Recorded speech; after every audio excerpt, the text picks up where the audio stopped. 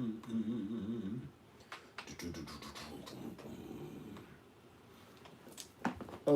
oh, oh, oh. Why is that not showing up? Why is that not showing up? There it is. There it is. There it is.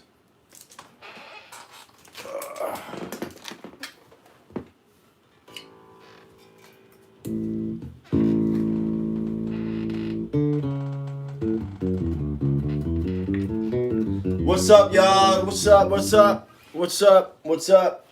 Come holler. Tell me who you are. Say hello. Let's talk. Robert Johnson. Robert, Soul is Soul. At the crossroads. What's good, Robert Johnson? Yes, I told you last night. Every time I see you, I'm calling you by your first and your last name.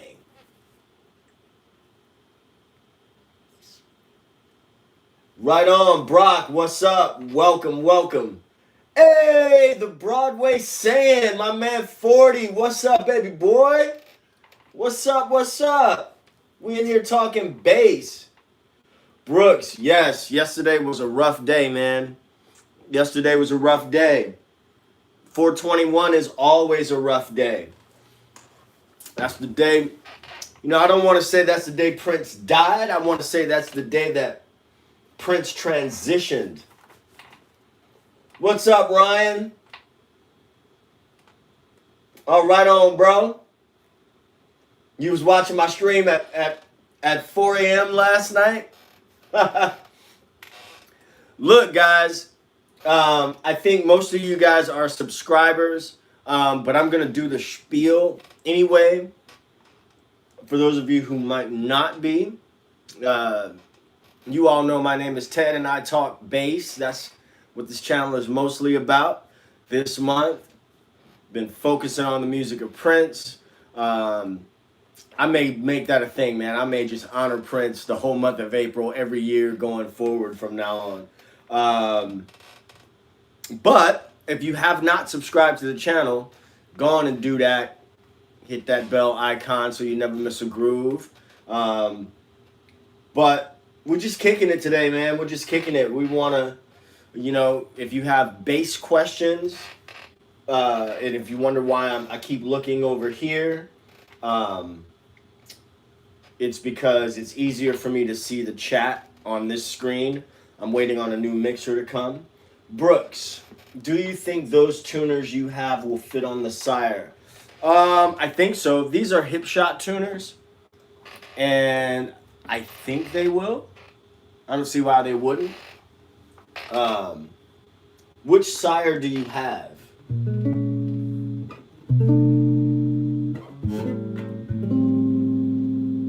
Tell me which Sire you have.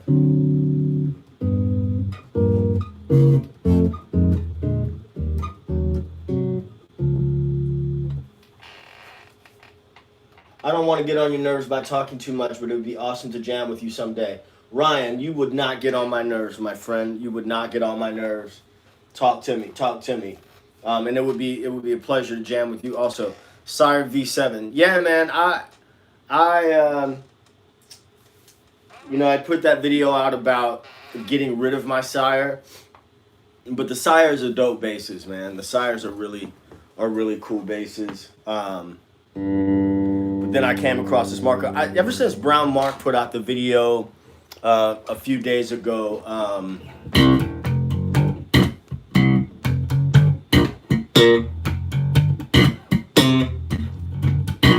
ever since he put that out, I've been really interested in the Warwick basses, but you know, Warwick bass is not in the budget whatsoever. But yeah, these hip shot tuners should fit on the Sire. I'm curious to know why you want to change them, though. I'm curious to know why you want to change them. Oh, that's not good. That's not good. Brooks says he had 3 frets sprout and had to take it to the shop. Yeah, that's not a good look, man. That's not a good look at all. I did have this bass taken to Strange Guitar Works in in New Orleans, and have them do a whole plec job on this. So this bass is pretty money. I am getting the MXR Thump Pedal probably tomorrow. It should be here tomorrow. So I'm gonna do a not an unboxing, but a review of that. I know it's gonna be dope. But so the drop D tuner, I don't use a ton. I do have a drop D on here, which took a little bit of getting used to, and it's a little bit out of tune. The reason why I got it was because, you know, I wanted to play 4-string, and I wanted to be able to do lower stuff, obviously. But now the D is going to drop that down a whole step. So then the thought process now is like, whereas an octave would be here, the octave is now that shape.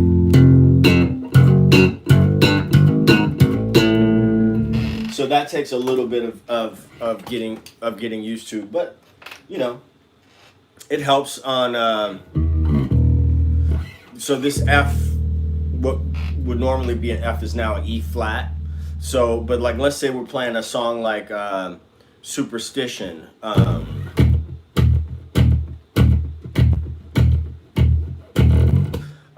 When it comes to the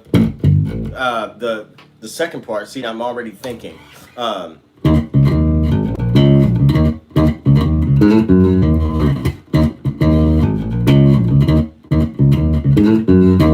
Then all of a sudden I got to do this. I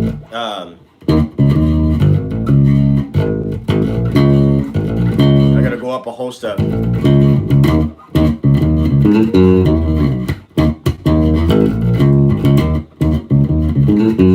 Which isn't a bad thing, but everything is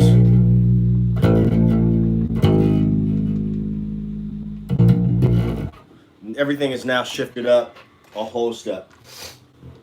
Come on now, where y'all at with y'all questions? Don't be just looking at me. Who saw the Prince tribute last night? Talk to me about that.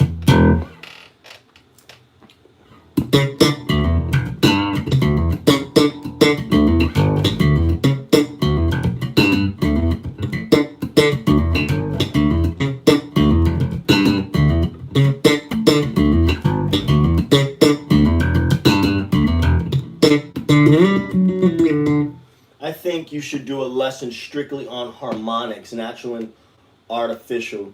I don't play with a ton of harmonics. I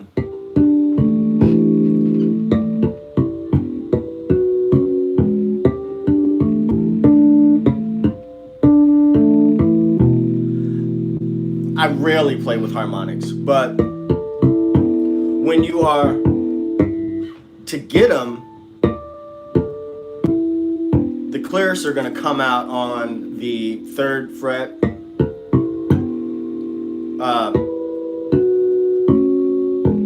4th fret, 5th fret. Not so much here. But the trick to that is that you're only touching very lightly. I'm barely touching the string, and my finger's like right above the fret.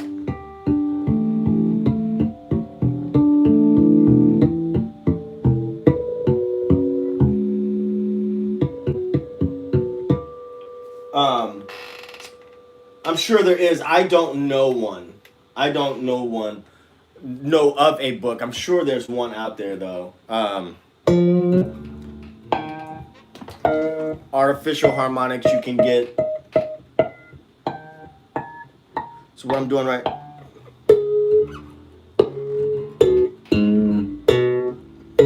Like I said, it's not something I do very often. So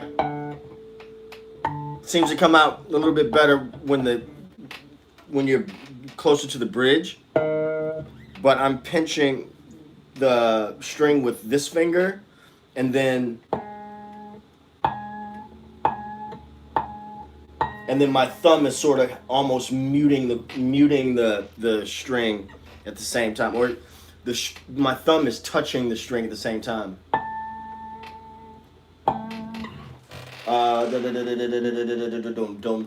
Let's see. I missed it for want of cable, but I thought of doing a COVID cover of a Prince song with a friend, and I found you. I'm a guitar player, but I find that bass helps with theory and writing. Brock, yes sir. Yes sir, it does. Yes sir, it does. I hope that you checked out my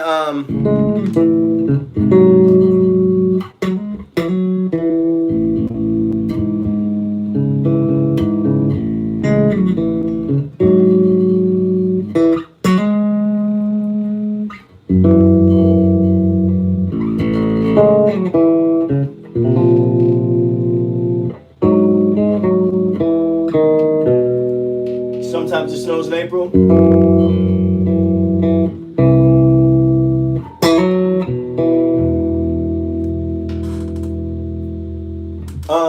Let's see. When writing music, what is the best way to get lyrics to match up with the notes properly? Like finding the key that will coincide with the vowels, etc. I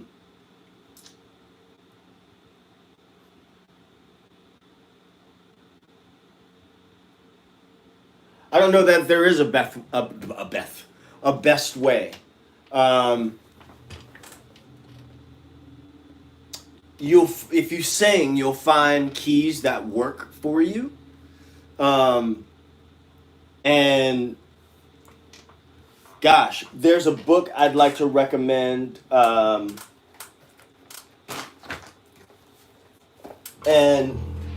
where is it? It's usually like right around me. A book called Harmony and Theory, that really is helpful with showing how chords, it's just a good theory book. I taught a high school theory class for 2 years, and I use that as my text.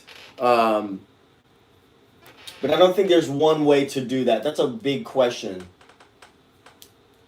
But you'll find keys that work for you, for your voice. Like, for instance, if you ever listen to Stevie Wonder, which I'm sure all of you do, you'll notice that a lot of his songs are in, like, E flat, B flat, flat keys. You know what I mean? Key definitely depends on where your voice lives. I have an album out, brothertheodore.bandcamp.com. It's called Saint Anne. And I want to say that most of the songs are in F, G, E, right? Those seem to be the best keys for my voice. One of the tunes, we actually did a cover of Strawberry Letter 23 by the Brothers Johnson, but a female singer, Tamar Gillette, sang on that. So let's see, 435 and 440 hertz. I do think that's a matter of opinion. I haven't played around with that. When I was recording my record, I was thinking about, kind of playing around with that, and then I thought about the time constraints, and I had some people do stuff remotely. So yeah.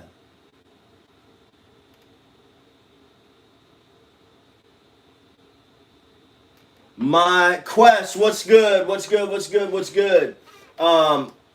My email is sonofabass@gmail.com. Don't be spamming me, nobody. Don't be spamming me. Kidding. But, sorry to yell at you.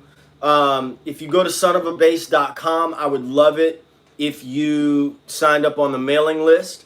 I do have some course materials that I'm trying to put together. And I also want to start inviting people to private Zoom calls. So, or Zoom, like Zoom chats and stuff like that, so that I could, see folks and interact a little bit better.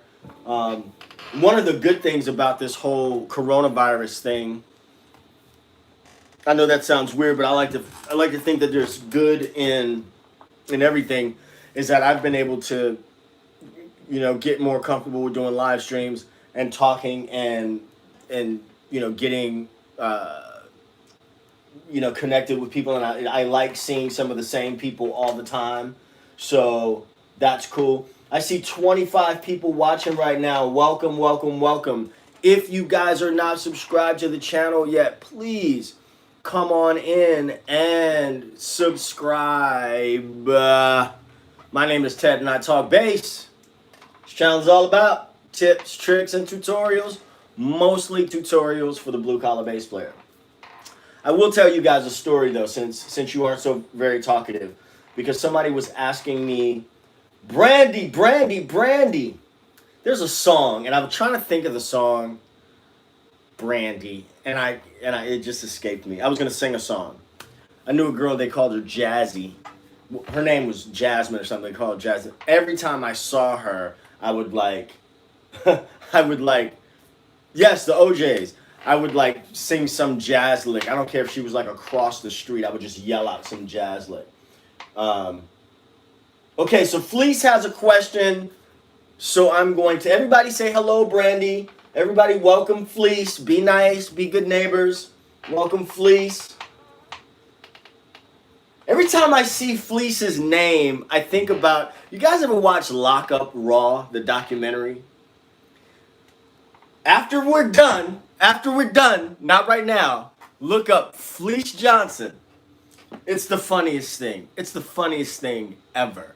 I was in a band called Urban Punk with LaToya London and a guy named H2O, and the drummer, Big Thomas, not Thomas Pridgeon. We call him Big Thomas, and I can't remember. I feel like I'm getting old, man. Anyway, we used to joke about the Fleece Johnson video all the time, and so every time I see him, what's up, Fleece? Anyways, when playing Private Joy, after you play the open E, is there a reason you played the octave on the D string?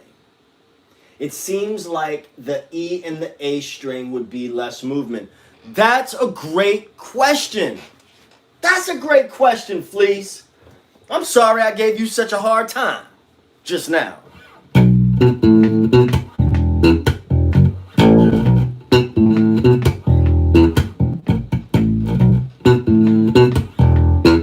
Well, let's see. You're right.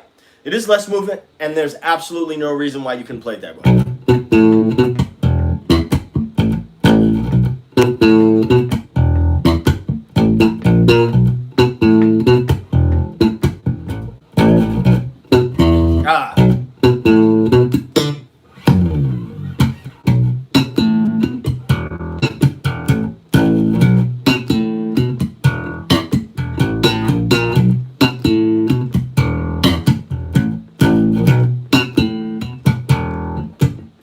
Probably out of habit. Just out of habit. Ryan, thank you. See, Fleece. Go to your room, Fleece. No dinner. Fleece, don't mess with Robert Johnson. What I want to do, what I'm curious to know right now is the people who are on here right now. I want to know what your background is as far as your bass playing. Tell me a little bit about yourself. How long you've been playing before the whole coronavirus thing happened? What were you doing? Were you gigging or, Dude, I don't even remember how power goes. I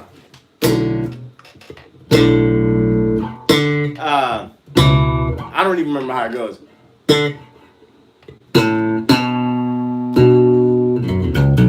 Whoa. I don't even remember how it goes.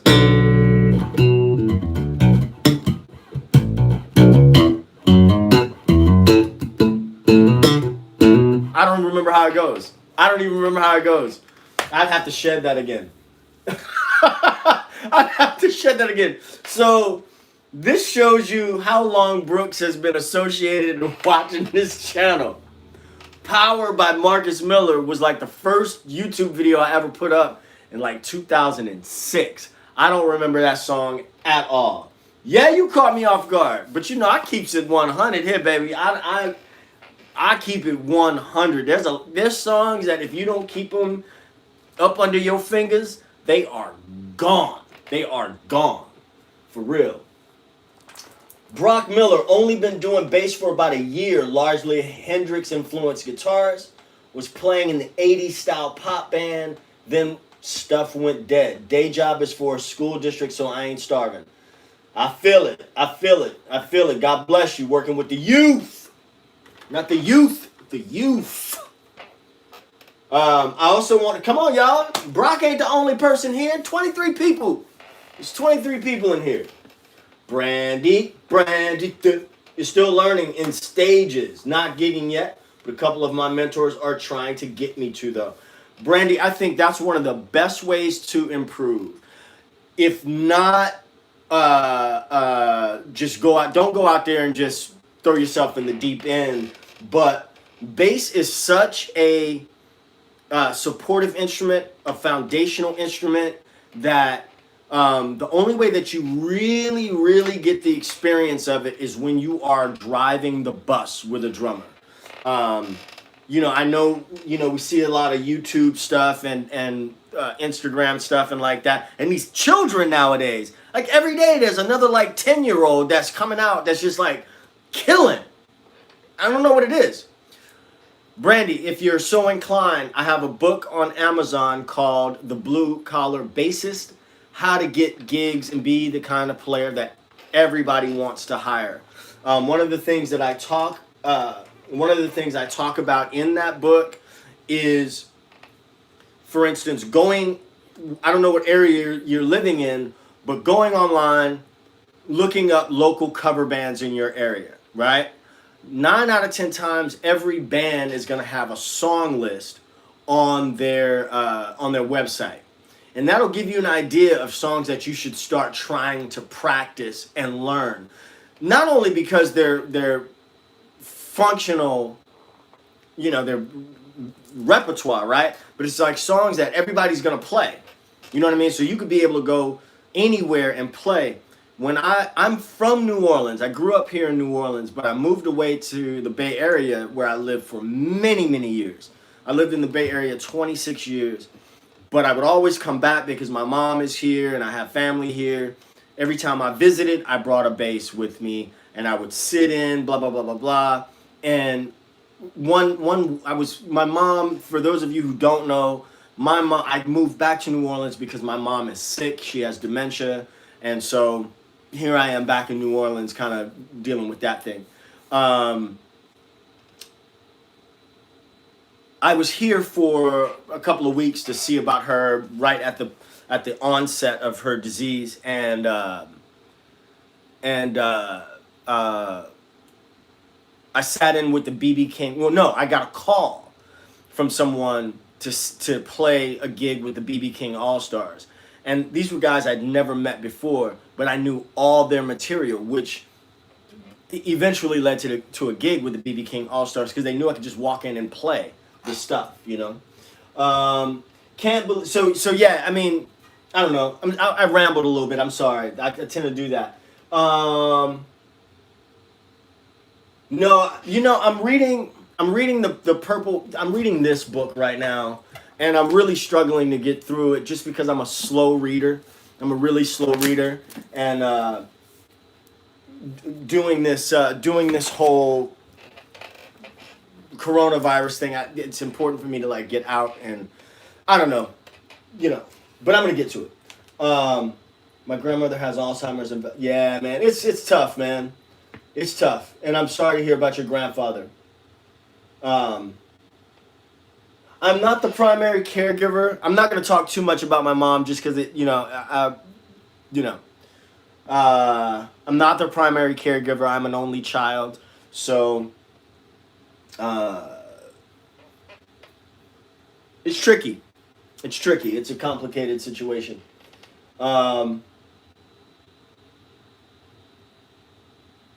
Ryan's been playing guitar for about 4 years and then picked up bass and keys about a year later.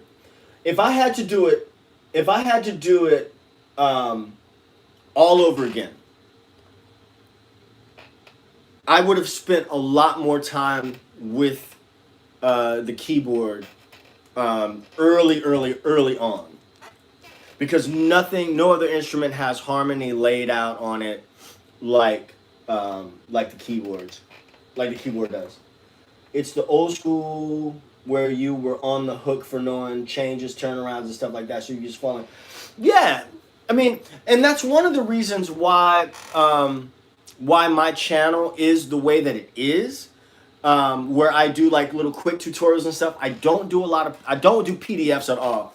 I don't do tab at all. I told one guy that I wasn't going to do tab, and I think he got pissed off at me, which is cool. But first of all, I believe you got to learn music in the same way that you learn how to speak, right?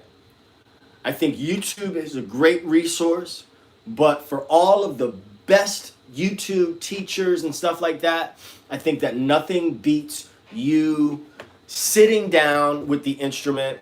Fleece asked me, how did I get into bass? I'm going to get personal. I'm going to get just a little bit personal. When I was coming up, I was what they would call bullied now. My first 3 or 4 years of school, I was in Germany because my father was in the service. I came to New Orleans after my parents split up, and I had this funny accent. I had like a real European accent and stuff. Got bullied a lot. Just trying to find my way. But my mother noticed my dad always had records. He played records. They knew I had an interest in music.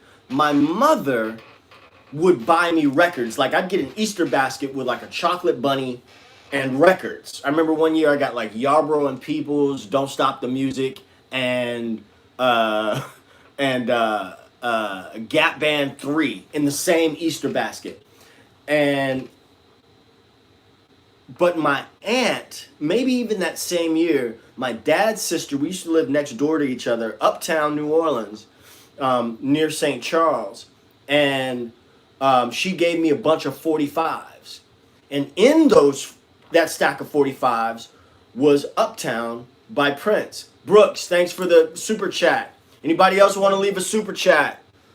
I welcome it, you know. Out of work musicians, we need to make groceries and all that stuff too. That's what we say in New Orleans, make groceries.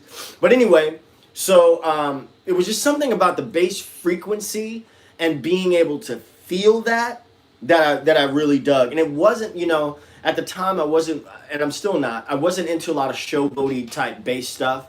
There was one song also around that same time. No, I don't. I was so young, and he was asking me, do I remember how to speak any German? I don't. My life in Germany was very Americanized because I was on a military installation. So, you know, and I was very, very young, so we didn't venture out that much. But anyway, so.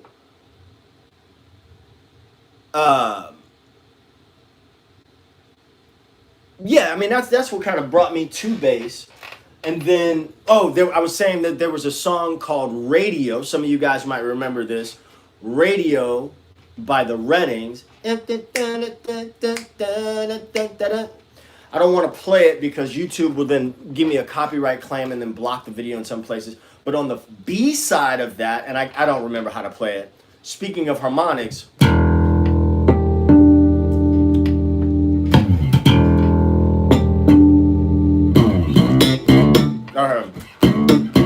I can't remember it. How do I send support? there's a couple of ways. You can do, and I thank you for asking.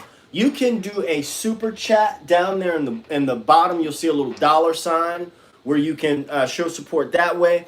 You can also send a tip via Venmo or Cash App. Both of them are at Son of a Bass. That's spelled SONOFABASS. That's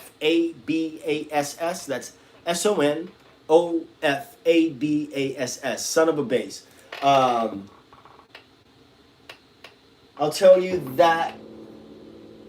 you cats that are starting out and have trouble remembering notes. Exercise your brain all the time. Yes, absolutely. Shapes. Absolutely. I talk about that all the time. There's some people that are very anti-shape. Bump that. Bump that. Shapes are, I mean, if you have an instrument that allows you, Ryan, thanks for the super chat. If you have an instrument that allows you, thank you so much, Ryan. If you have an instrument that allows you to utilize shapes, then why not utilize them? It doesn't make any sense not to. You know what I mean? It doesn't make any sense not to. Shit. Don't stop the music.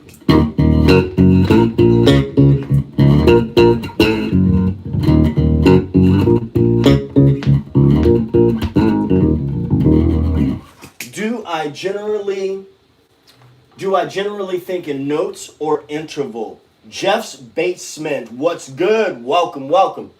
To be honest with you, I don't think. But if I am to, I will think overall shapes. Like one of the examples that I like to use is something like.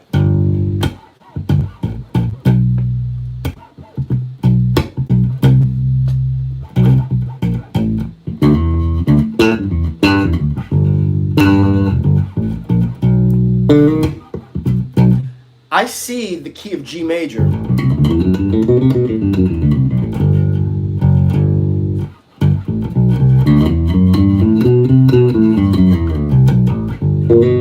I start seeing the key of G major in different ways.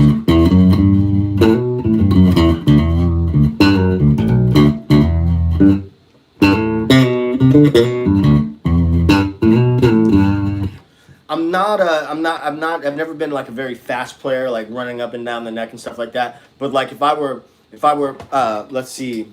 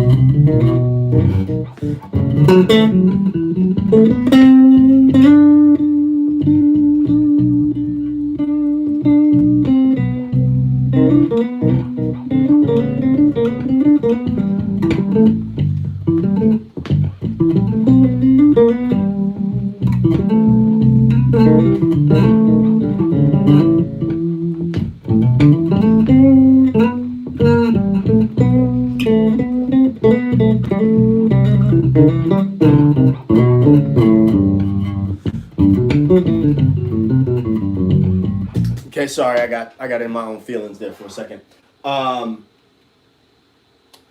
I start thinking, you know, I think overall shape. Like Chris Severin told me one time about I was asking Chris Severin, a well-known bass player and educator here in New Orleans, about modes, and he was just he's old school, so he was just like, it's just a sound, it's just a sound, right? So the whole shape, the whole scale has a shape, you know what I mean, and a sound. So, but you know, you can you if you have something like a chord, let's say an A minor chord, right?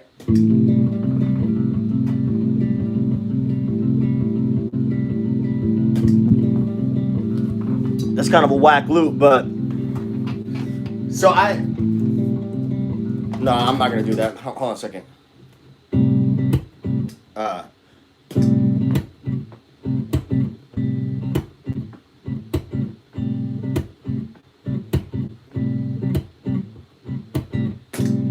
So I have an A minor loop that I'm playing right now.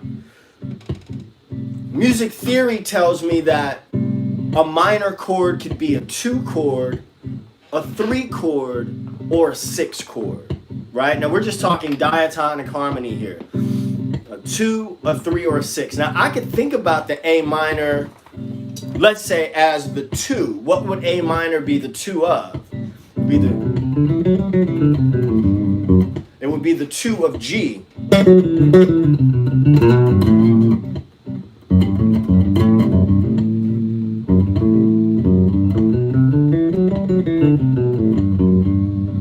So I could play all the notes in G major and just hear how they feel against that A minor chord.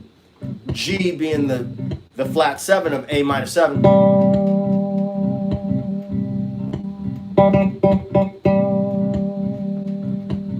What about the major 7 of G major, which would be F sharp, which is going to give us we think about that A minor as a Dorian, the 2.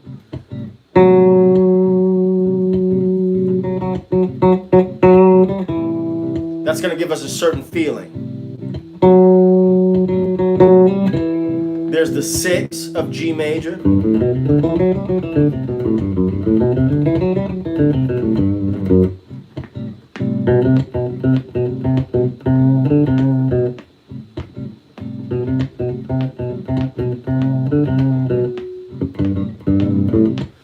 Or if I think about A minor being the 6, what would it be the 6 of?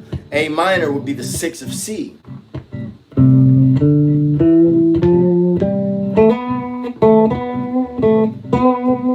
So, but watch this.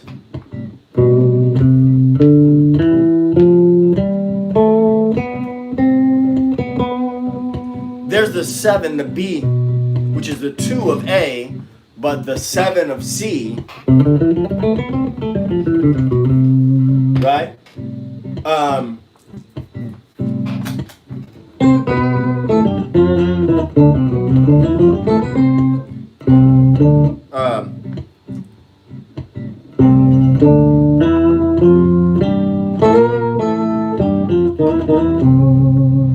So I didn't play C major there.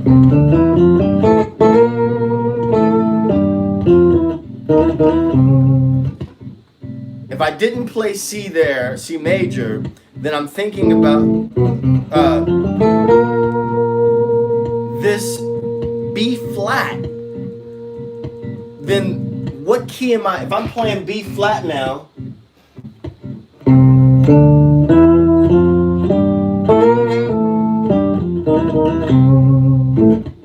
what key am I in now?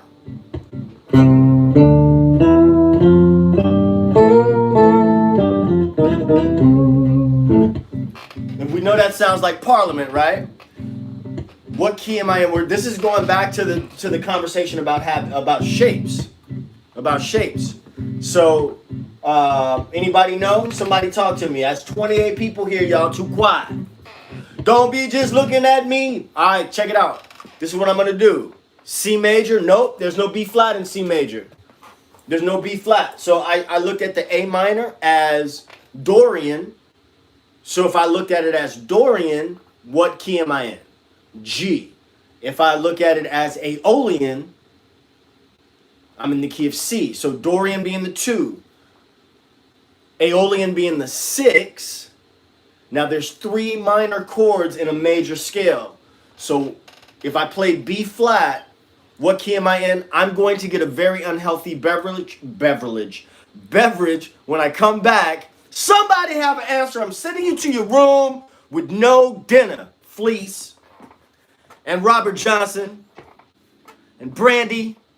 I'm kidding. Hold on a second.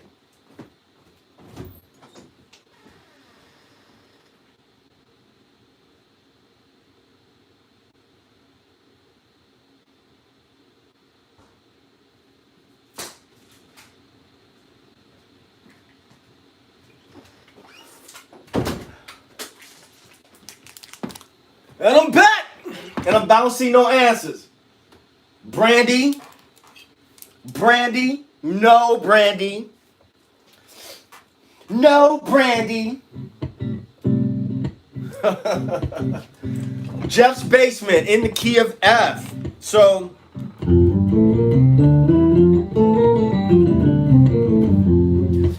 if I'm on a gig or something and somebody's jamming on a minor chord, there's gonna be a long ways. Let's say they jamming on a minor chord behaving as the 3, right?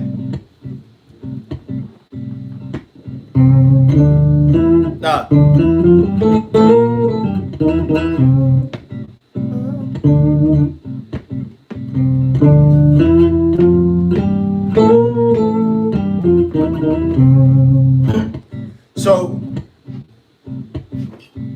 let me not confuse you. Hold on, let me stop this for a second. That A minor acting as a 3, that minor chord acting as a 3, I know that I can get that if I wanted to, I'm gonna conjure up this Parliament quote. Well, it starts on the 5 of whatever that major scale is, right? But let's say I'm not even playing let's say I'm not even playing a minor chord. Let's say I'm playing a groove in F.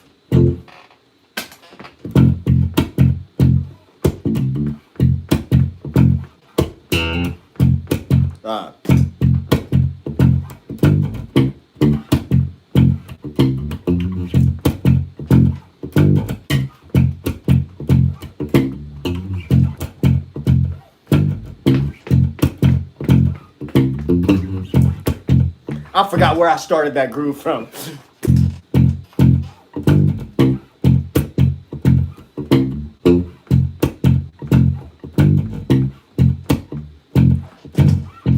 What am I doing?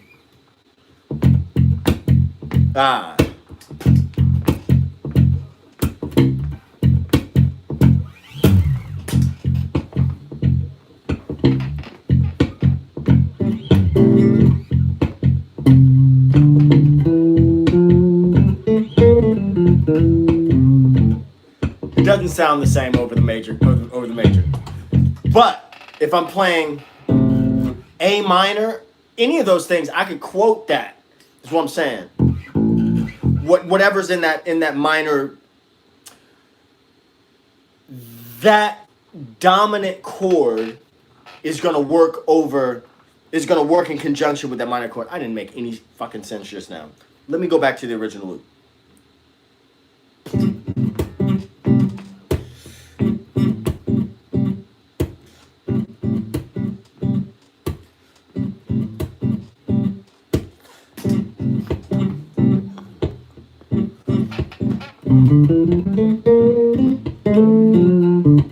But I'm in, and this is the third. The third doesn't give me that same saucy feeling that I personally like.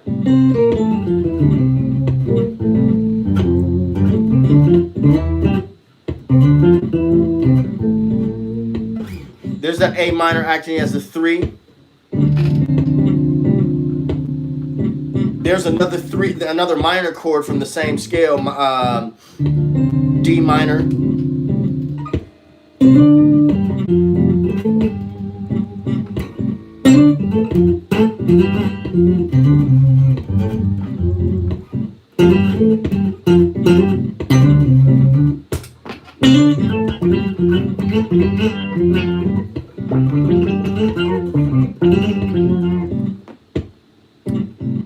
Let me go back to this chat. Phrygian, yes, 3 Phrygian. Brock Miller, what are you wrong about, Brock? So where a minor is Dorian in this case, all I'm thinking is B. No. Yes, you are wrong. Wait, let me read the question again. So where a minor is Dorian in this case, all I'm thinking of is B flat is a flat 2, and I think Phrygian.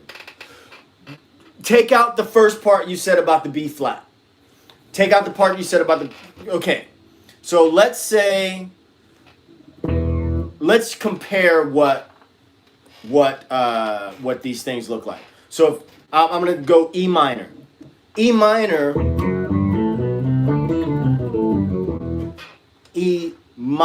when I say E minor, or if I say E Aeolian, I'm talking about... When I say E Aeolian, I'm talking about the mode. That tells us right off the bat that we're talking about the 6. As soon as I say Aeolian, I'm talking about the 6. We're talking about shapes. Aeolian is the 6 of what? The relative major is going to be here. So E Aeolian is the 6 of G major.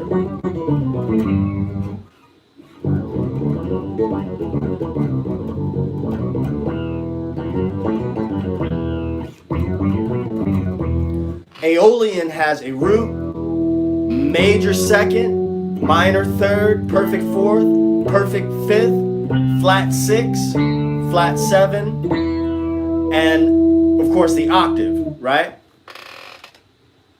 Now if I say E Phrygian, I have a root, flat 2,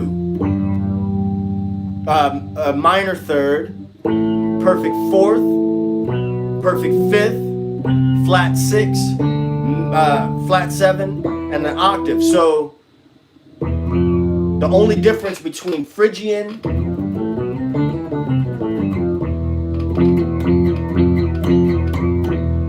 and Aeolian is the 2. Okay? So what would E Phrygian be the 3rd of? Well, look at my finger. So there's our root right there, the root of our parent key, which happens to be C major. Right? So, also, guys, this is like a free ass lesson right now. What's up, Stephen Bird? If you guys find any of this stuff useful and you want to help an out-of-work musician. Look, let me stop saying that because I am not destitute. I am blessed beyond belief. Beyond belief. I am healthy. I have shelter. I have instruments. I have you fine folks. I have people that love and care about me. So I am by no means destitute. However, if you find any of this content valuable and you do want to leave a tip, you can do so. Venmo, CashApp, at SONOFABASS, or use my email, sonofabass@gmail.com for PayPal. And you can also leave a super chat. So let me get back to what I'm saying here about, so Phrygian is where we start off. So if I say Aeolian, if I say Phrygian, if I say Dorian, I'm talking about a mode. But if I say E minor or E minor 7, right, then those things denote chords. And they could be a 2, a 3, or a 6 if we're talking about just diatonic harmony, right? So, but look at the shape.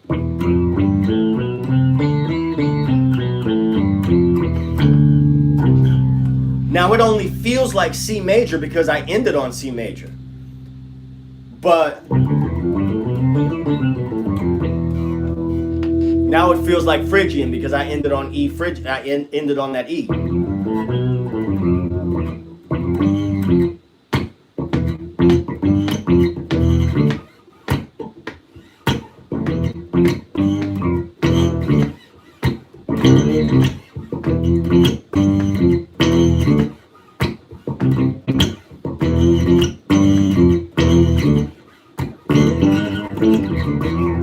Thank you for the super chat. Okay, so if I thought E Dorian, I'm thinking of E as E Dorian. Once I say Dorian, I'm talking two. So what's the difference between what makes E Dorian E Dorian? Or what makes any Dorian Dorian? You have a root, a major second, minor third, a perfect fourth, perfect fifth. Now watch this. Root, major second, minor third, perfect fourth, perfect fifth, and a raised six. Flat seven. Brandy, thanks so much for the super chat.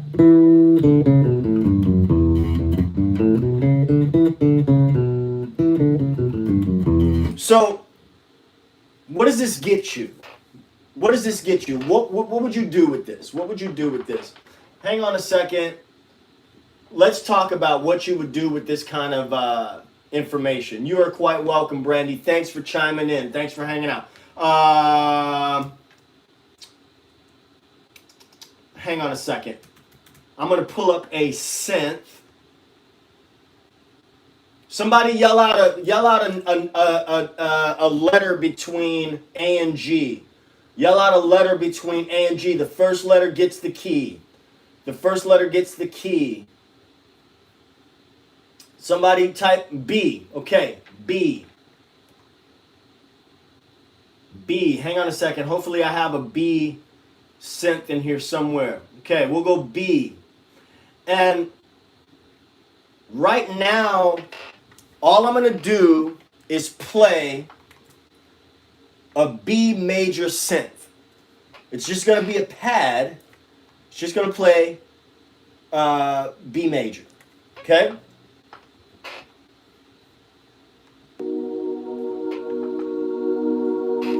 So, of course, I can play that, and let me know how the sound is for you guys. B goes with B, right? Got something sticky on my hand. Here's this shape we know. But now I'm playing the rest of the notes available.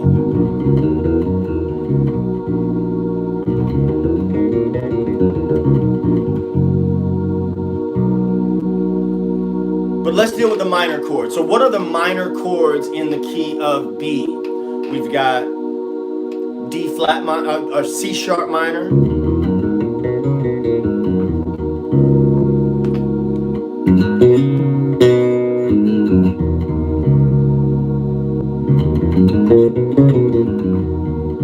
Where's B related to that minor chord?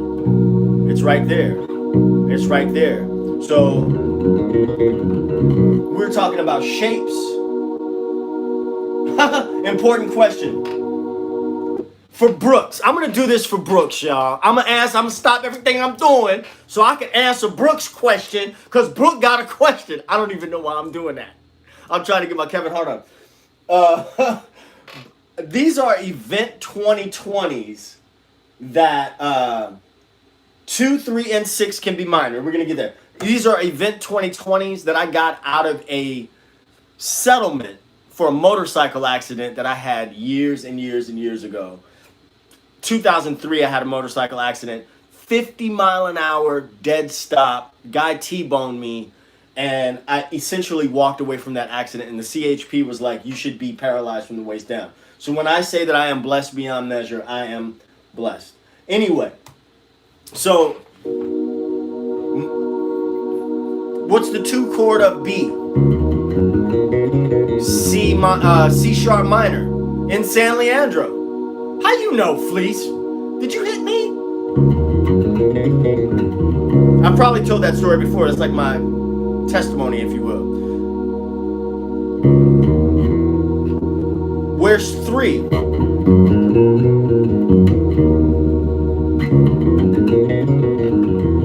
There's 2. Sorry. There's 3. Where's the other minor chord? The other minor chord is going to be 6. Where is 6? Well, here's B. 1, 2, 3, 4, 5, 6.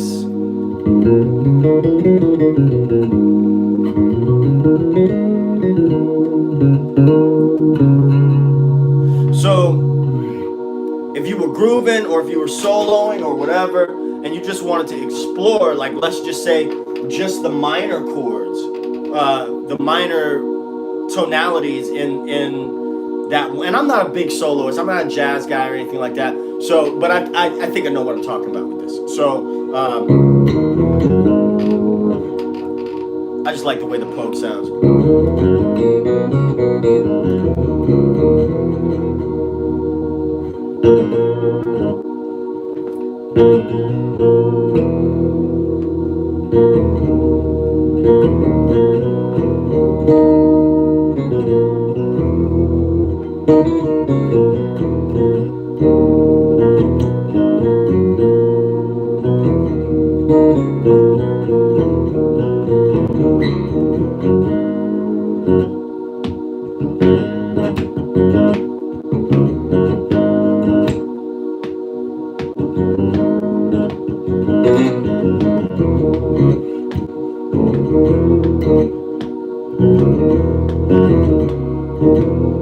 There's also the 7. The 7 is going to be a minor 7 flat 5. Let's do a minor. We were talking about B. Let's do B minor. B minor.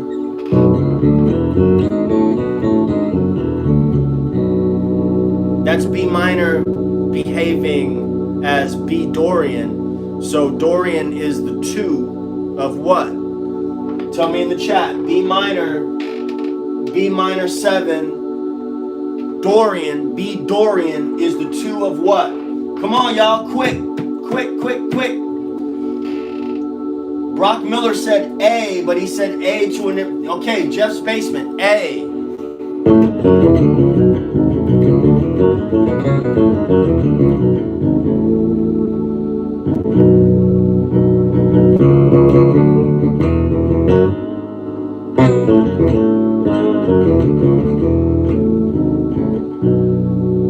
Okay, so here we have A major.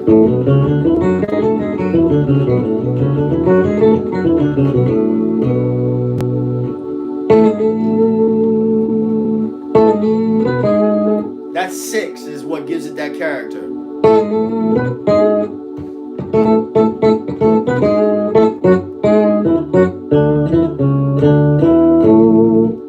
What about B Aeolian? B Aeolian. What is the key that we're in? We have B Aeolian. Once we say Aeolian, we know we're talking about a 6. B Aeolian.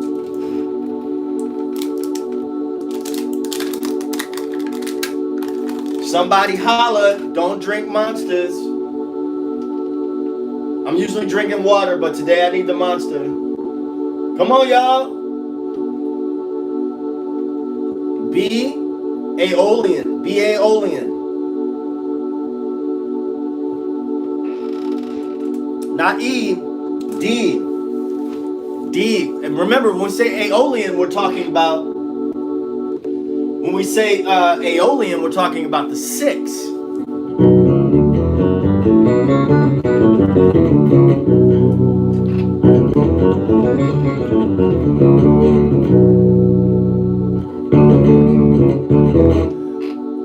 Also, one of the things that helped me, just helped me, is to, when I was dealing with learning a new chord or mode, always relating that back to whatever its parent key was, right? So I want to see B.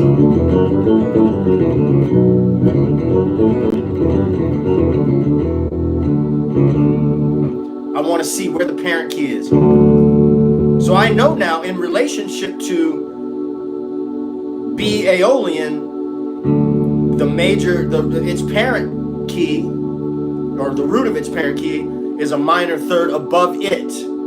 What's a minor third interval above a note? If this is this B we're dealing with, a minor third above it is going to be a whole step down on the adjacent string, or it's going to be 4 frets up.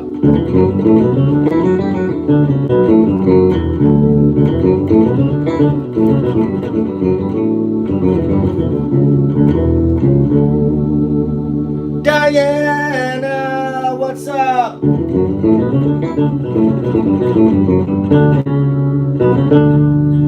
See what I'm saying? Okay, so we got this B minor 7 synth playing, B minor 7. If we say B minor 7 just by itself, we know we're just talking about a chord. It could be a 2 or 3 or a 6. But if we say B Phrygian, we're talking about the 3. We're talking about the 3 of what? B Phrygian. 3 of what? Go. Somebody answer the question. Answer the question or I'm coming to your house. Clark Sims. My man. Don't think about it like that, Brandy. Don't think about it like that. I'll answer your question in a second. B Phrygian. B Phrygian. It's the 3. We're in the key of Achilles matters. We're in the key of G. We're in the key of G. So you know, I'm either coming to your house, I'm sending you to your room with no dinner. You know how I do around here. So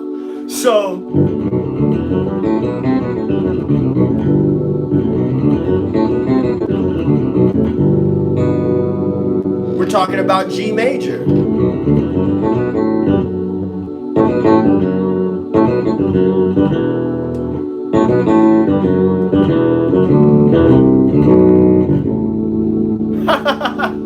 I see you, Brock.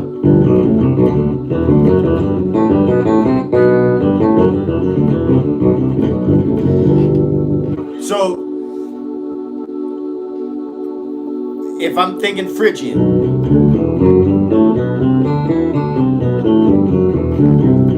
where's the parent key? Boom, it's right there. Or, if I'm thinking Phrygian here, B Phrygian,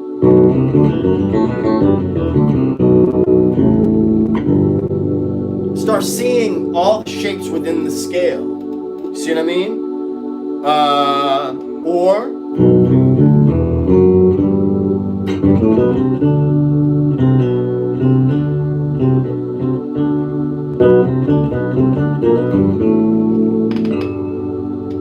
B minor 7 pad playing. If I were making up melodies, I could make them up in G major.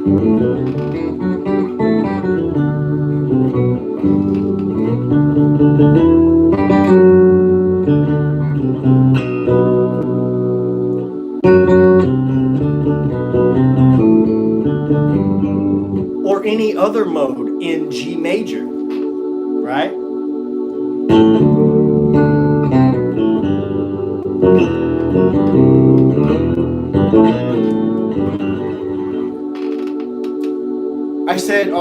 I've said it before, I think what gives something its modeness or its feeling or whatever is where you end up, right? But all of those notes in G major are going to work if I'm thinking about B minor as Phrygian, right? But if somebody's just playing a static chord and there's no other chords around it to inform what key you're in, then you know, then it's just a chord by itself, right? But let's say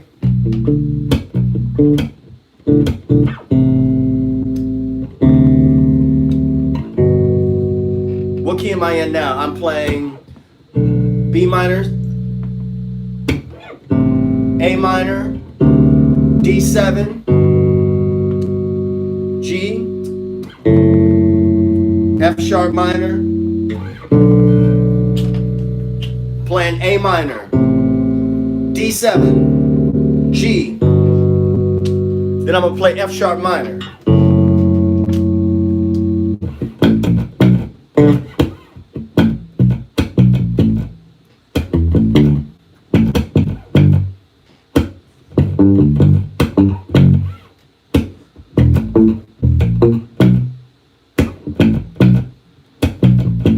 What key am I in?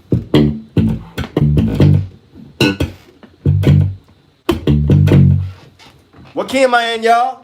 Somebody talk to me. What key am I in?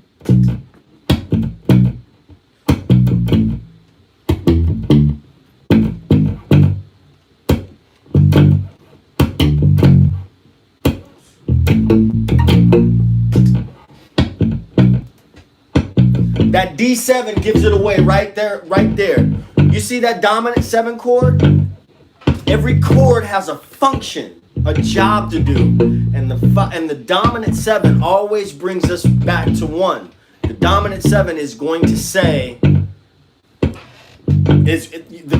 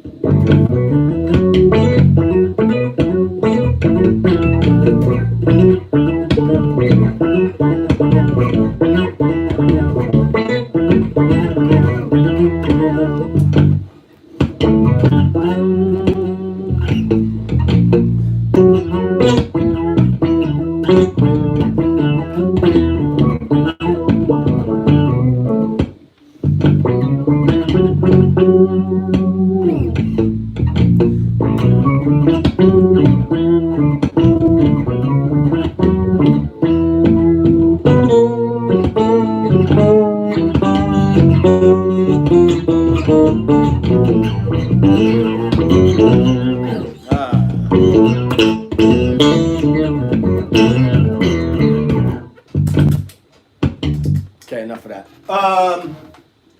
Did I just play Eleanor Rigby on that? Yes, I do. Yes, I did. Yes, I did. Want some game? You want some game? Thumbs up if you want some game. About to give you some game.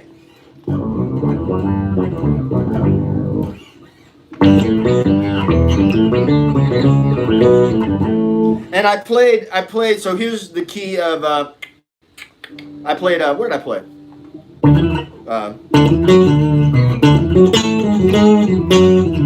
That's one of my little licks that I be quoting all the time. And when a keyboard player in the Bay Area, I played it so much, he just started clowning me. He clowned me. And like when he would take his solo, he would kind of half-ass quote it and shit and then look across the stage at me and say, but it's a mine. It's here's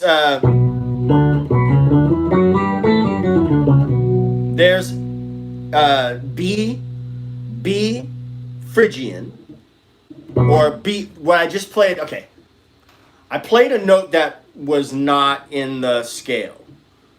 Right, so I'm playing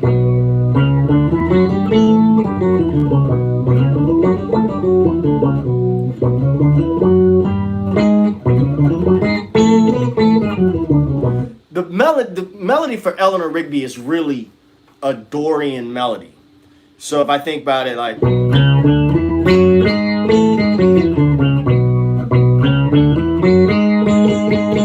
So the difference between Dorian and Aeolian is going to be those notes.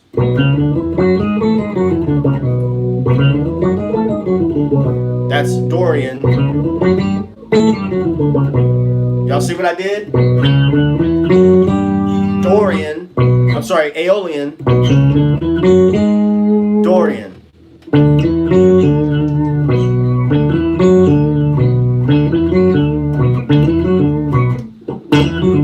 That's a common piece of like funk language or R&B language.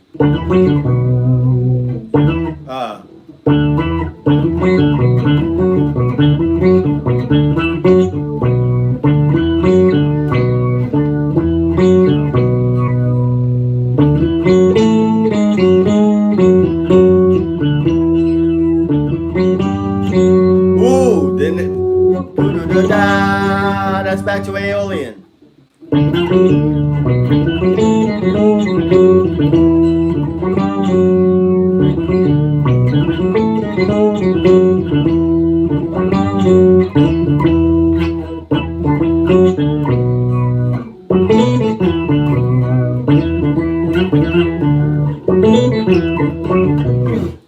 So the seventh is a big part of the difference in the two modes. No, that's the sixth. That's the sixth. That's the sixth. That's the sixth. Brooks, harmonization. I'm gonna save some of that to do a private chat thing. If you guys are interested in having some private Zoom meetings, a little more structured, where I have some PDFs and some stuff on the screen, I can do some screen share and whatnot. Go to my website, sonofabass.com. Sign up on the mailing list there, and so we can set something up. Here's the thing about music theory, man. Music theory is music theory, right? There's some people, the moment I hear someone say, "I know my theory," that is automatically suspect to me, and I'll tell you why.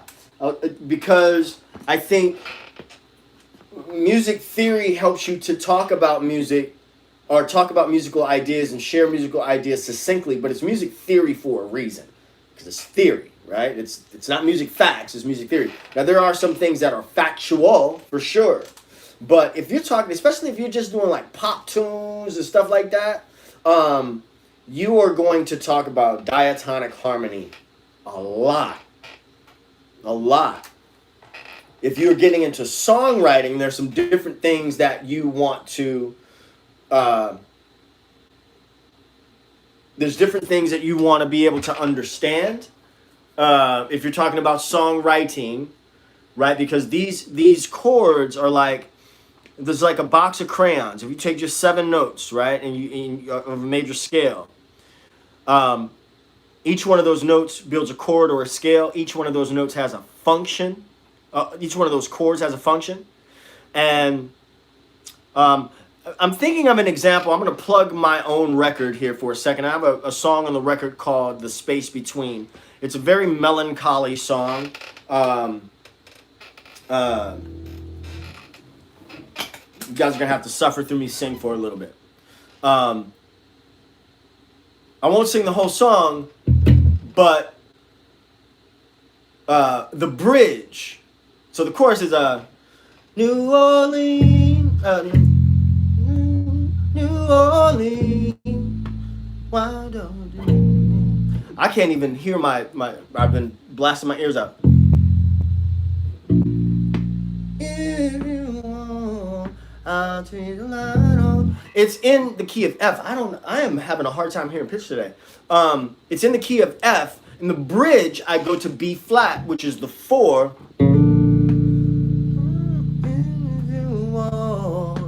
I'll keep you light on. Even though you know the way.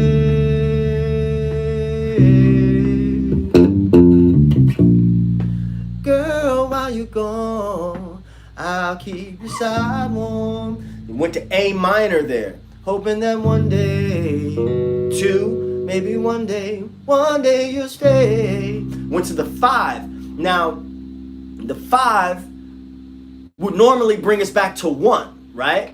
But no, I wanted to have a very melancholy feeling to go along with the lyrics. So instead of me going back to 1, I went to the 6, which made it very sad. Now the 1 and the 6 chord are in the same chord family. They're interchangeable. So you can trade them for each other, and it's going to give a different feeling. The way I think about chords in a scale, I look at it like a box of crayons. Stay with me here. If you ask a child, any child, of school age, to draw a tree, for instance, they're going to pick out green crayons and they're going to pick out brown crayons.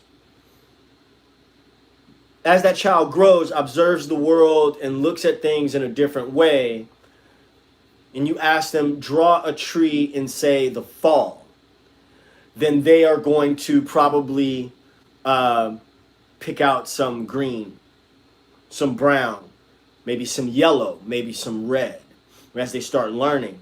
So what I'm saying about this song is like, or when you first start learning chords,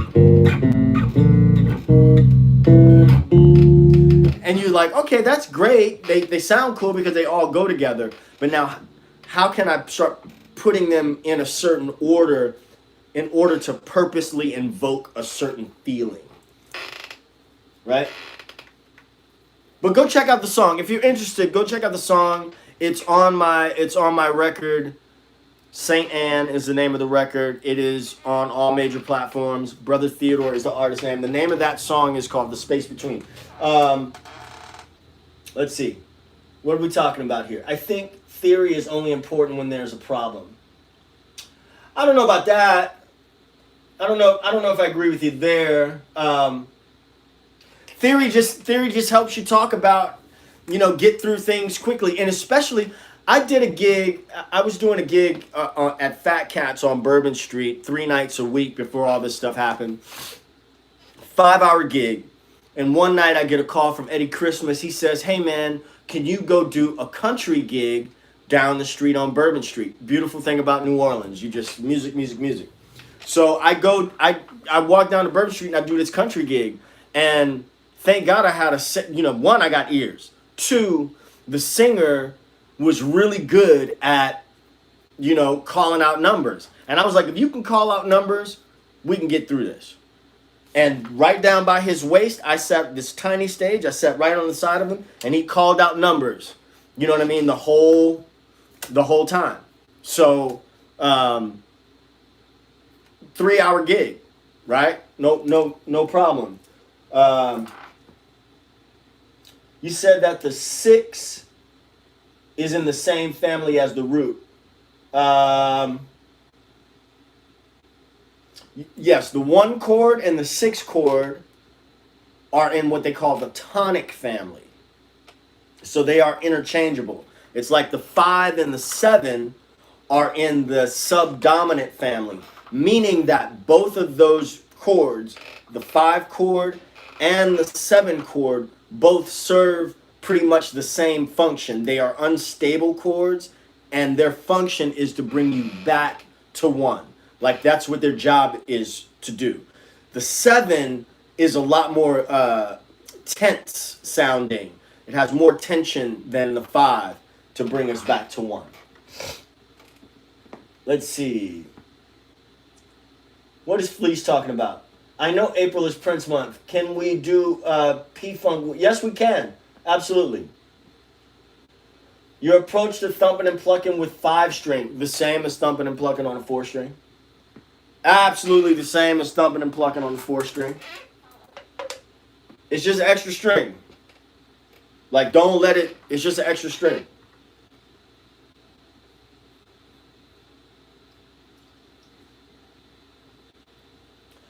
I say this because I've heard cats play notes when the key was C major, and they jammed with notes in an entirely different key on purpose.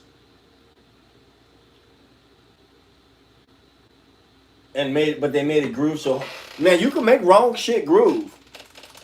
I mean, wrong shit could groove, and that's that's a the theory part of it is like, this is what it is on paper. This is what it is on paper. When Victor Wooten, and I agree with him, when Victor Wooten says, you're only a half step away from a right note, I believe that 100%. Additionally, I will not contradict Victor Wooten. I will not say but. In addition to that, though, it helps to know what pond you're in. So if I'm playing E major, I'm in the key of E major, and then I hit that flat 4. It helps to know that, I'm in the key of E. So I know where I am. But if I don't know what's around it, it doesn't matter if I'm a half step away from the right note, because I don't know what the right note is. Yeah, I mean, if you guys haven't seen that, Vic playing wrong notes as a demonstration, yes. I was never like a Vic. I've never been a real, not even with my love of Prince. I'm not a disciple of anyone, but I was never one to like kind of sit down and study all of Vic's stuff or whatever. But I just love the man. I love his ideas on music as a language, and just as a person. I mean, I've had a chance to hang out with him a few times on a one-on-one tip, and with the last time I kicked it with him was at a Grammy Association luncheon, at a very small luncheon, about maybe 10 people. Ariane Cap, Music Theory for the Bass Player. I highly recommend her book. She was there. Who else was there? Vic was there. We went to a Ray Parker Jr. event like that night, but just Vic. I mean, just humble, man. Super humble, man, and great guy. I love his philosophies. Oh, strings ringing. That's kind of where also things like the fret rack. Excuse me, the fret rack comes into play, but I don't really think of it.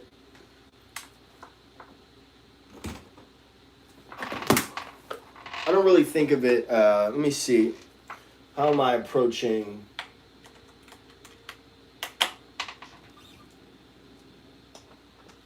I appreciate you saying that there, Stephen Bird.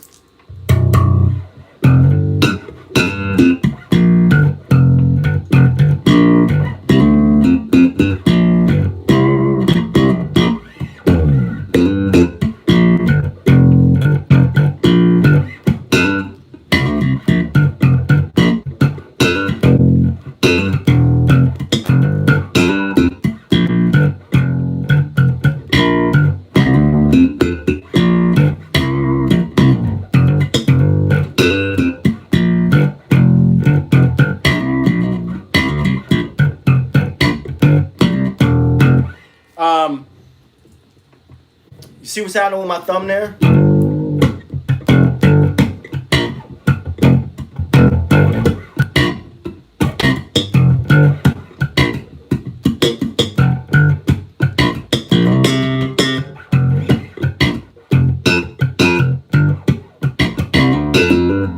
Thank you, Robert Johnson. Thank you.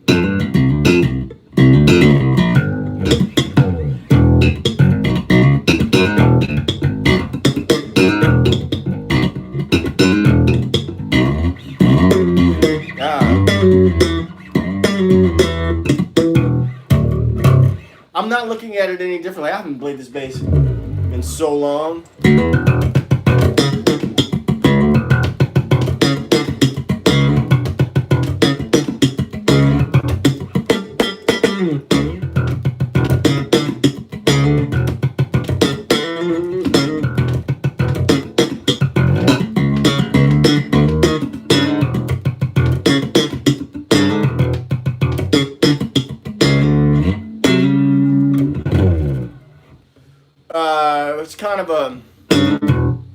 kind of a mix of a Larry Graham thing and kind of what I'm doing myself. What is that song? The Jam kind of sounds like that.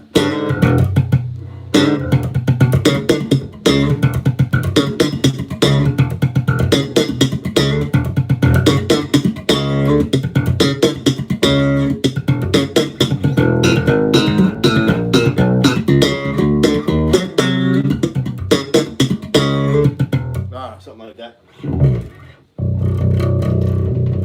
Man, I haven't played this bass in so long.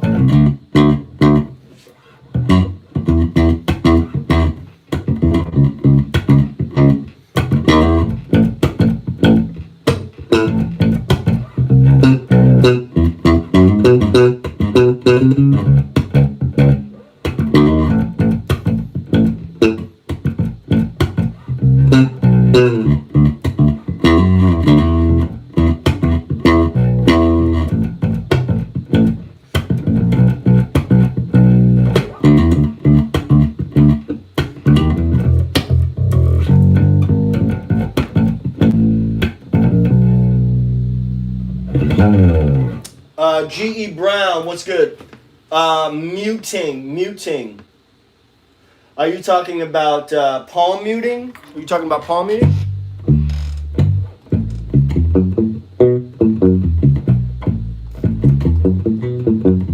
My approach to muting. G.E. Brown, tell me, let me know, are you playing a 5-string or a 4-string? Are you playing a 5-string or 4-string? G.E. Brown, I'm talking to you. I'm talking to you. 4, okay.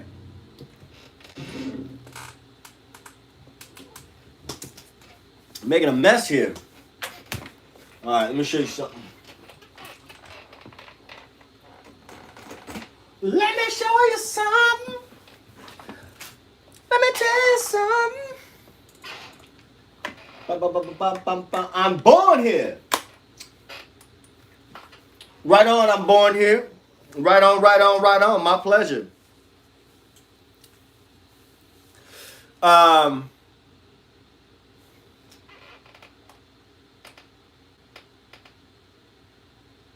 Excellent. I'm going to answer that question in just a second. That's a great question.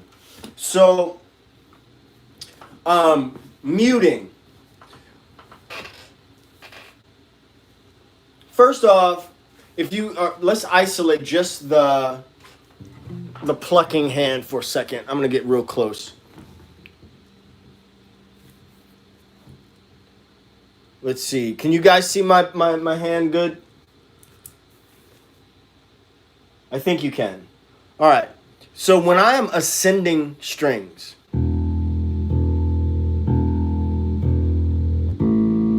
watch my thumb. Watch what happens with my thumb. Okay? I'm going to pluck 4 times. Watch my thumb. Watch my thumb.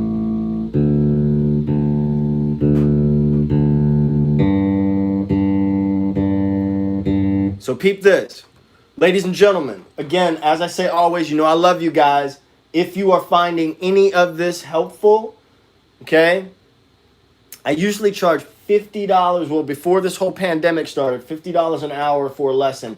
If this is remotely helpful for you, you want to drop by me a cup of coffee or something like that, please don't be shy. Leave a super chat or Venmo over at Son of a Bass. CashApp, Son of a Bass. Love you all. You don't have to. I'm not saying that you have to. I'm doing this out of my heart, but if you want to. So I really want you to watch this hand. This hand totally out of the picture. First of all, my thumb isn't resting. It isn't anchored on anything. It's not glued to anything. So when I pluck that E string, it's just kind of hovering. It's just around the body. Every now and again, I'll put it here. Every now and again, I'll put it here. Every now and again, I'll put it here. But if I'm playing that E string, it's just out of the way. It's not glued anywhere. Now, when I ascend, the thumb comes down. Now, if I leave my thumb here, just by nature of the rest stroke, those two fingers hitting the next string, they mute the A string, right? But now, if I stay here and I pluck that G string, well, I leave the A string naked, right? So to speak. And so the A string is gonna ring. That's why I move my thumb. So, thumb down, down. Now I don't have to move it down again because not only are my two fingers muting the D string, but I'm gonna show you what I've done out of force of habit over the years. Oops, can't show you like that if I'm sitting on the chord. So let me do that again. I'm gonna try to do it so it's natural. I'm thinking about it now. See, I'm thinking about it now. But what happens sometimes is my third finger, this finger, will come and touch one of those strings as well. And of course, now that I'm thinking about it, I can't do it. But at some point in my life, I started doing that. I just started finding out, okay, that's got to touch that string. Now, what about going down in pitch, but going up physically, but we're going down in pitch? If I'm going pluck four times on the G string, now when I go to the D string, there's nothing to stop that G string from ringing. So I got to touch that G string to stop it from ringing. Just touch it.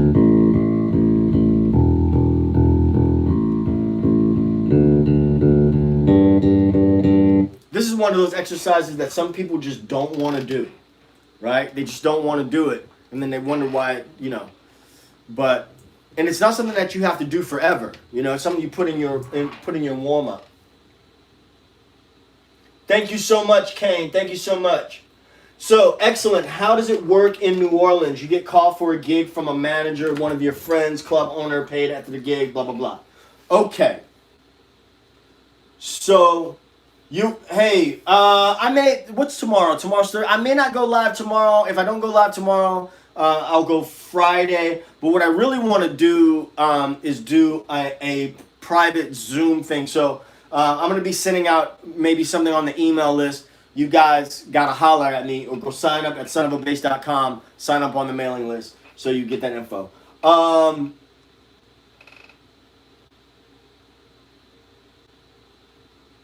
the club circuit, like the Chitlin circuit as you were, you know, which is kind of an insult to like the real Chitlin circuit. So I don't know how I feel about the terminology, but just playing clubs or whatever, it's just word of mouth stuff. You get to, you know, your name gets out there. Hey, can you play? Are you sober? Okay.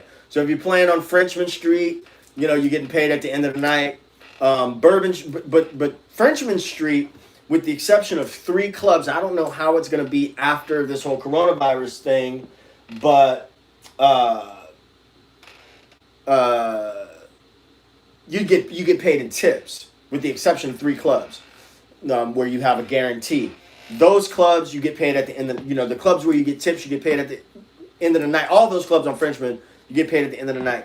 Most of the clubs on Bourbon Street, you get your tips that day, but they pay on Wednesday. The club I was playing at would pay on Wednesday nights.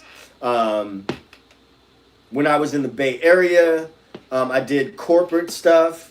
I did a lot of corporate stuff, and you would do the gig, and then you would send in an invoice. Like right after the gig, you would send in an invoice, and then they would pay you. I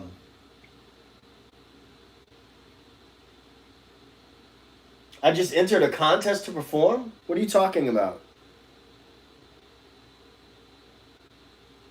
I just entered a contest? Music for the Soul. Oh, you just entered. Oh, shit. I was like, what? What? Tell me about your contest. Tell me about your contest. Tell me about your contest.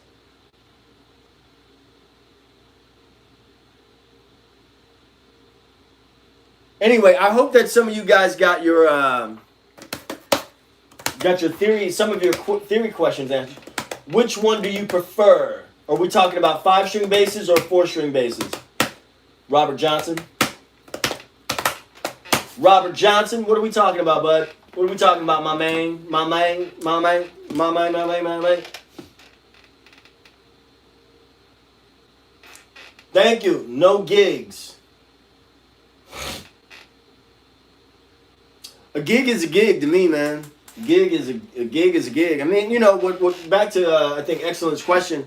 You know, some gigs, man, you know, they pay by the, hey, we'll send you a check in the mail, or you know, we pay at the end of the night, or we pay, you know, during. I just did a gig, one of those kind of, it was a benefit, it was a kind of like a virtual gig, and they pay, you know, I still haven't seen the money for that gig. The anchored fingers.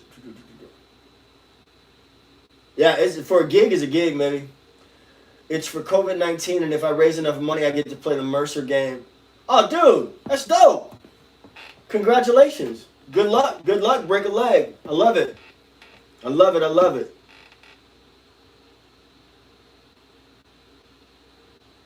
Love it. I love it.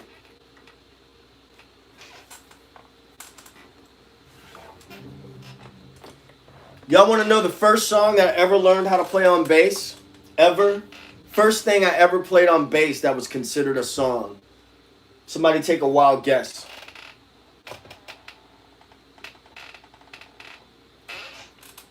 Somebody take a wild guess. You're absolutely welcome. Good Times. Nope. It's so out of left field. I swear on everything. It's so out of left field.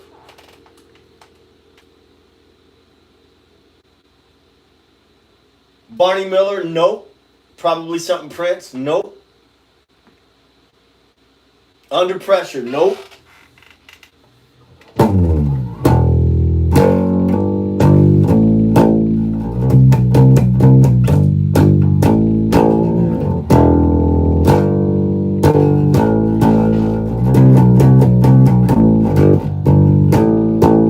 Nope.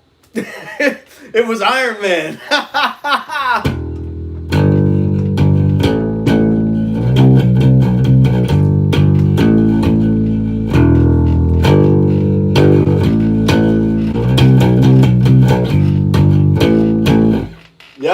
Iron Man. I used to go to school. I used to go to this school with. I used to go to a school with a guy named Keith. Never forget it, man. I went to PGT Beauregard Junior High School in New Orleans. Coincidentally, Lee Harvey Oswald also went to PGT Beauregard, not at the same time. Right on Canal Street, and. It was a really, you know, it was the 80s, man, and, you know, racial tensions was hot, you know, all that. But there was this white kid named Keith. I could envision this boy right now, and he had like a Flying V guitar that he was painting in the art room. And so when I got my first bass, I brought it to school, and I didn't know what to do with it. But he knew Iron Man, and he showed me Iron Man. That was the first thing that I actually played that was like, ooh, that's actually a song, you know. And then I had lessons. I had a couple of lessons from this guy who was a Tulane student named David. Never forget him. Up on St. Charles. And first thing he taught me was this.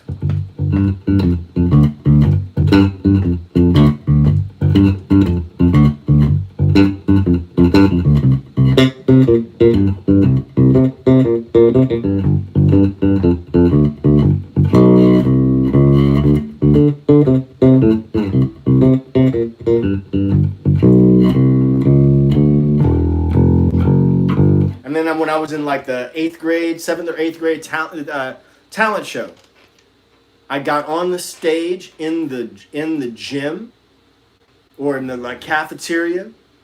I had me a little bitty 10-inch speaker amp that I brought to school, and a Lotus P-Bass knockoff. I got that, and I played just a blues shuffle in G, and I closed my eyes so tight, and then I heard somebody say, "Go ahead, Ted." And so I played like 4 choruses of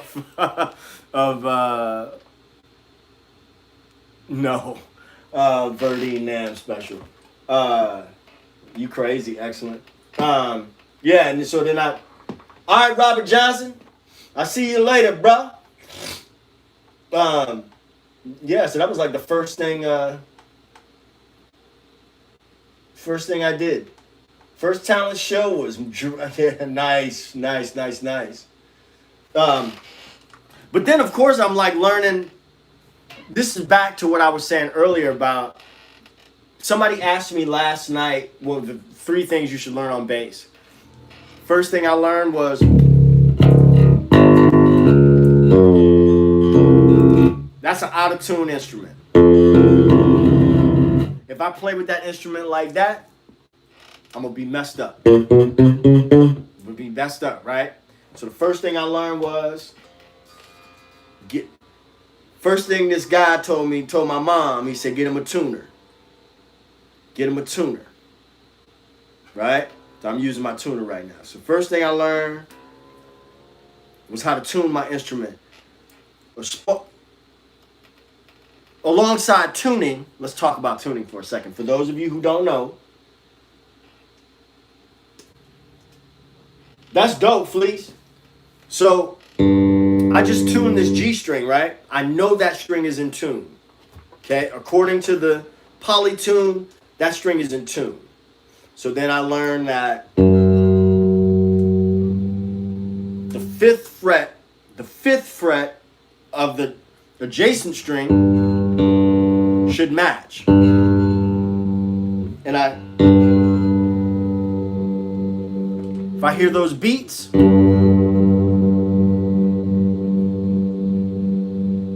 right?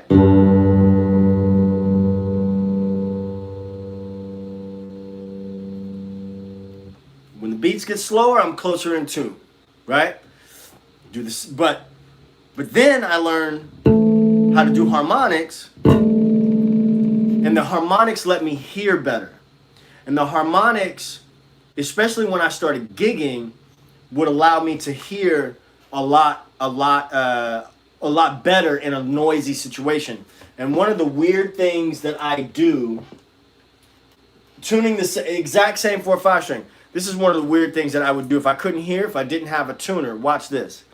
I'd take my chin,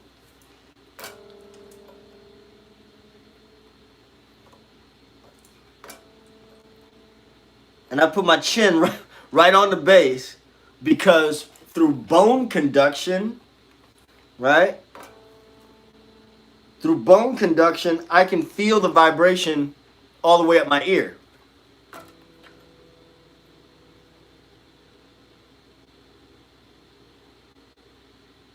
So do I have an in-tune instrument? See what I'm saying? Been doing that for years now. This is probably the longest live I've done since since I've been doing lives. This is a long live, 103 minutes. And look, this is like my 50th consecutive day wearing sweats, I think.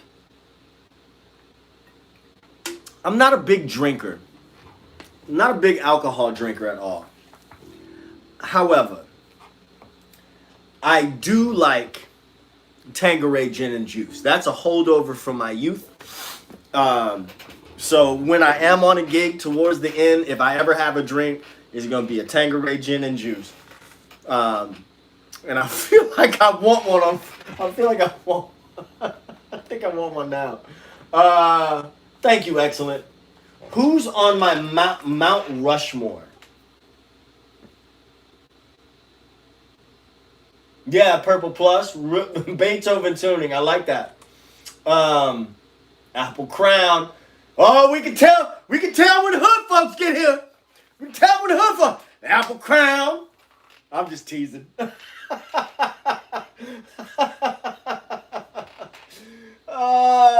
Two hip photos. If you are new here and you come to this live, you know you coming here talking about Apple Crown, I'm gonna clown. Oh, Music for the Soul. I did watch the Prince tribute last night. Let's not talk about that.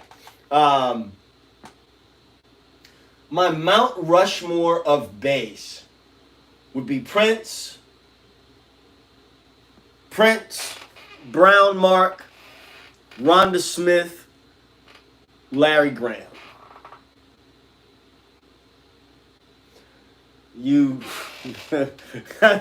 My next CD should be called Wearing Sweats.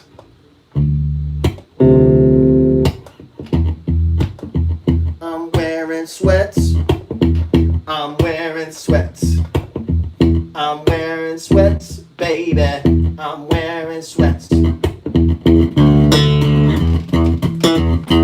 You guys should check out my record though. I do a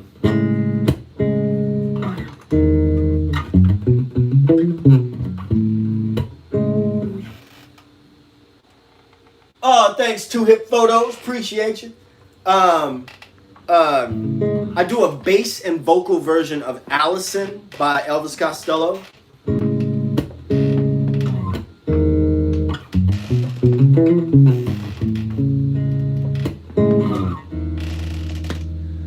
Oh, it's so funny to be seeing you after so long, girl. And with the way you look, I understand you were not impressed. I heard you had that little friend mine.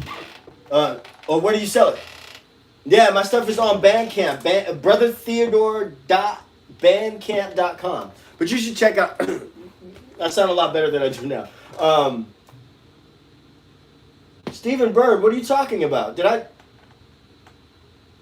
Stephen Bird, was I supposed to send you a CD and I didn't send you a CD?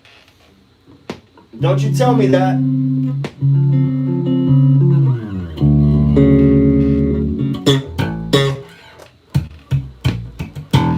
All right, you guys, look. We should play on out with something. Let's see. Somebody pick out a key. Somebody say a key. Put a key. Somebody say a key.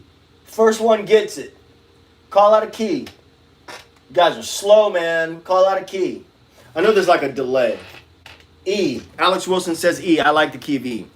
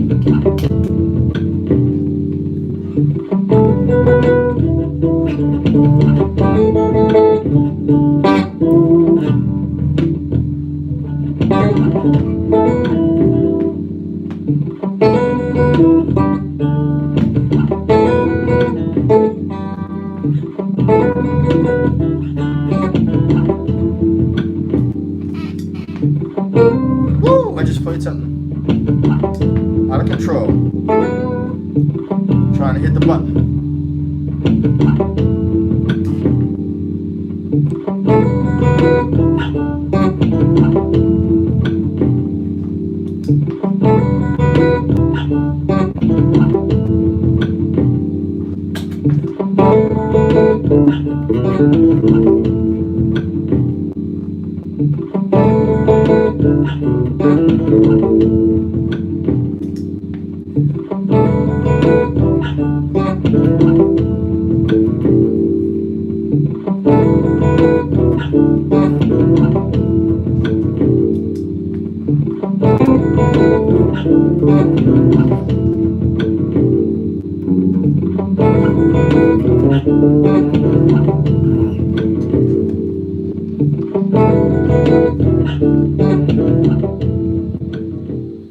I might play with that a little bit.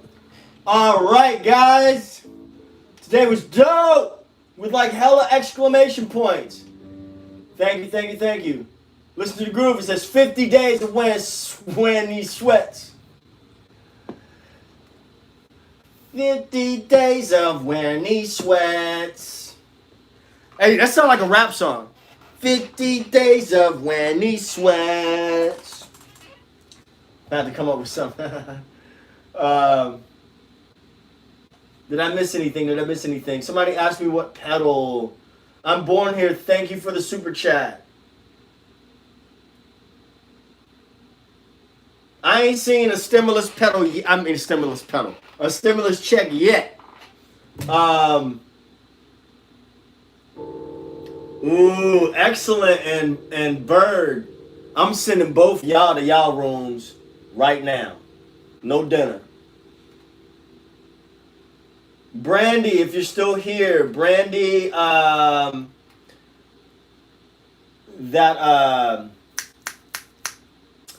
is a look. Kane, my music is not like bass, like heavy like that. I'm doing a lot of singing.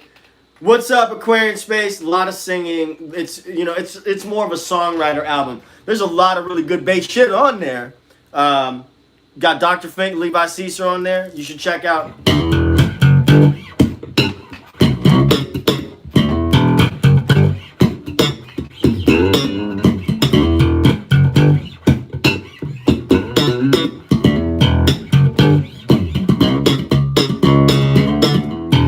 That's the first song on the record. It's called Inside My Groove.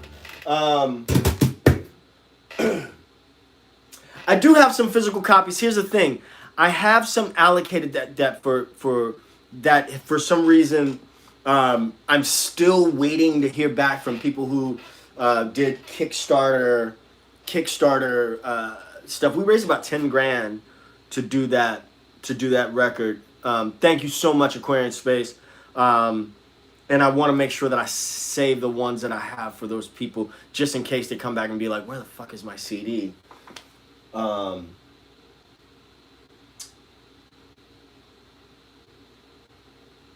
Brandy, the pedal that I'm using for the loops is called the Ditto Pedal. It's by TC Electronic. It's a very small pedal. Very small pedal. I don't use it a ton, but I do use it, you know, when I want to kind of play around and stuff. I'm going to start doing some pedal videos, I think, while I have time. I've got some pedals that I haven't really, but I'm definitely going to be talking about the, thank you, sir, Kane Beats. I definitely am going to do a review of the Thump Pedal. All right, friends, I got to run. It has been an absolute blast. If you haven't done so already, please subscribe to the channel, hit like or whatever. That helps out in the algorithm. There's a ton of videos on this channel, playlists and all, tutorials, all kinds of stuff all over this channel. Please check it out. Sign up on my mailing list over at sonofabass.com, and so I can invite you out to do a private Zoom or whatever, because I'd love to see your face. Okay? Peace, you guys. Stay safe, and I'll see you next time. Peace. 2 fingers. Alan, we missed you. We've been on for a long time. So I'll see you guys later, okay? Bye-bye.